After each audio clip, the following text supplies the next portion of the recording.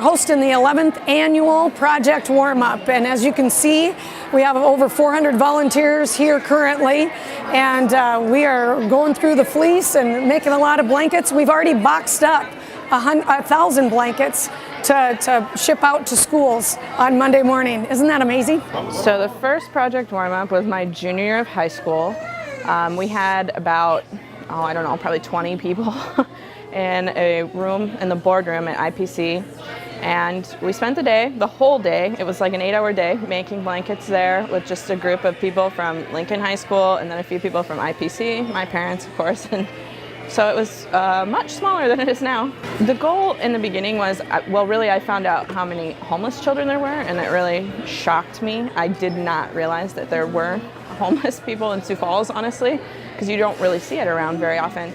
So we found that out, and I started talking to Tracy and just kind of came up with the idea to do something to keep them warm. It's very, very cold here a lot of the year, so that's how it started. We've received blankets from John Harris Elementary, Robert Frost, Rosa Parks, several schools, Cleveland Elementary, their student council handed up a party, Lincoln High School, Roosevelt delivered some this morning, and so the blankets have been coming in, and we've been just shipping them out as fast as we can.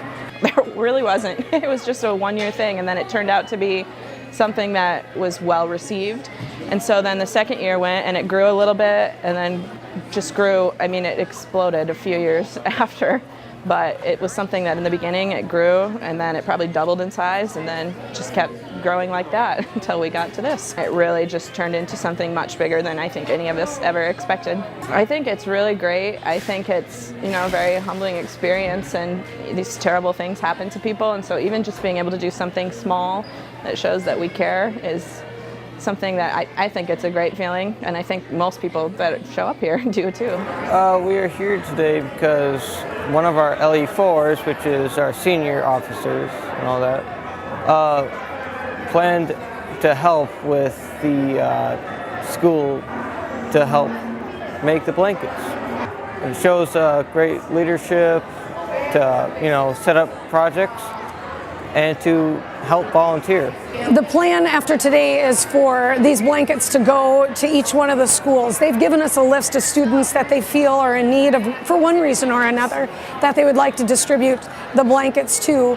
And so we're getting them boxed up today, and they'll be delivered on Monday to those schools for those students, hopefully in time for the holidays and the long break that we have ahead of us.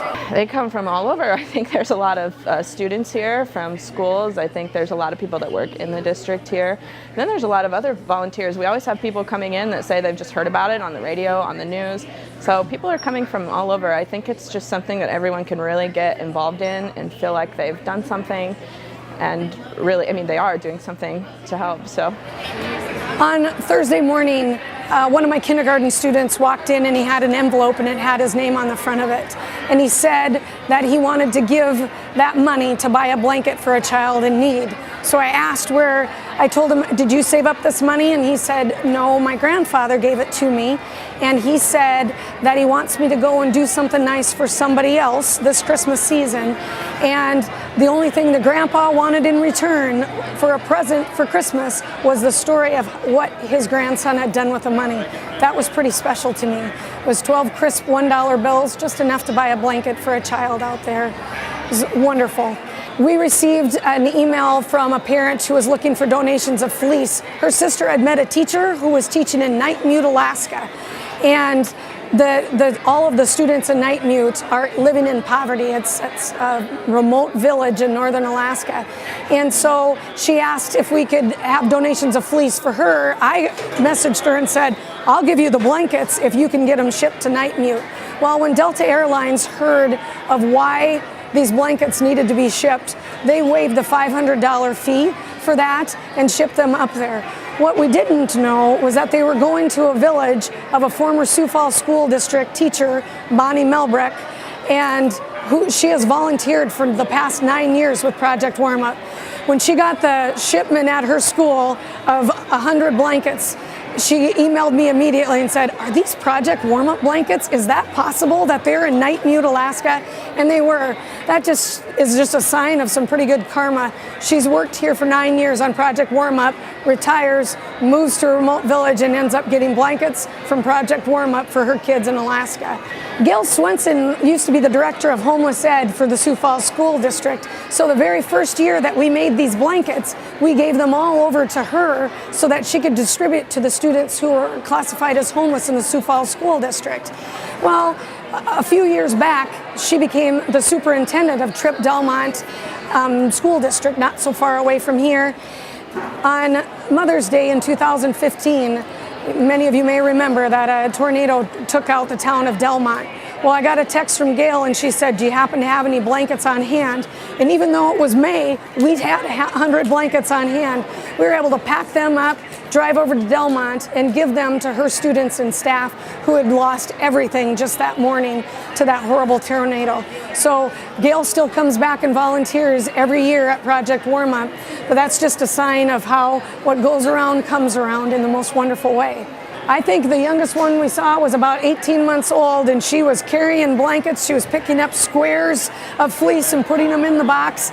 And we've had some grandparents that are here making blankets as well. We have kids and adults from all over the area. The JROTC from 2 different high schools is here.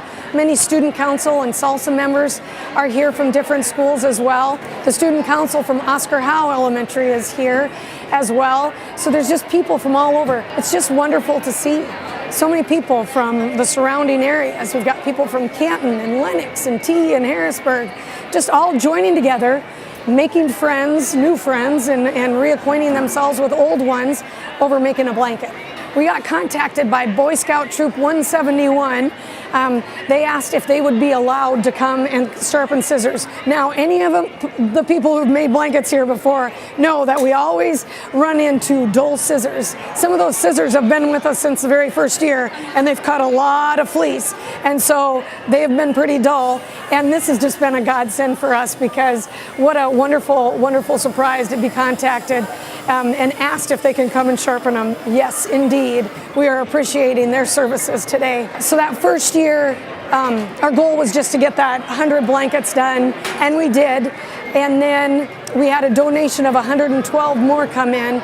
And when people started saying, hey, are you going to do that again? How can you say no to that? But it's really grown and take a life of its own over the years.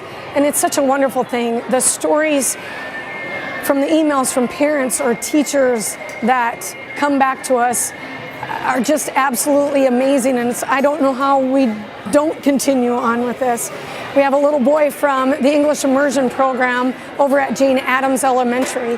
When he received his blanket last year, he said, oh good, now we'll have 4 blankets at our house. And the teacher said, what do you mean? And he said, I took apart the blanket I got last year so that I could have a piece of fleece and my sister could. Now my mom and dad could. when that teacher contacted me, I said, how many kids are in that family? And the mom and dad, let's get everybody in that family a new blanket. And that's what we want through this, is just to make sure that we can get as many people wrapped up. You can see the people around here, you know, they're putting love and care and fun and good mojo into the blankets that they're making. And I just hope that some of that is carried through with the person who receives it and knows that when they're wrapping it up with this love and care that it was made with.